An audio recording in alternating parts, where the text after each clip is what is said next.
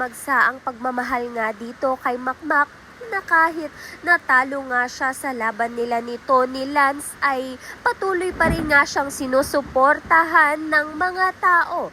Buong akala nga nito ni Makmak na kapag nga natalo siya ni Tony Lance ay wala nang ang susuporta sa kanya.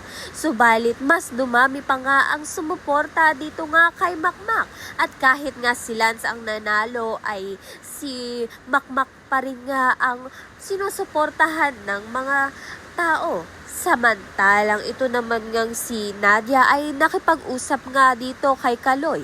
Kaya naman nga ito ngang si Nonoy ay hindi nga mapakali dahil nga mukha ngang nagiging maganda ang ugnayan ni Nadia at Kaloy at meron nga silang pagkakasunduan dahil napili nga ni Kaloy na i-coach nga itong si Makmak. Kaya naman nga't hindi na nga si Nonoy o si Domeng ang kanyang magiging coach kung hindi ito ngang si Kaloy. Subalit ano nga kayang hidden agenda nito ni Kaloy dito nga kay Makmak?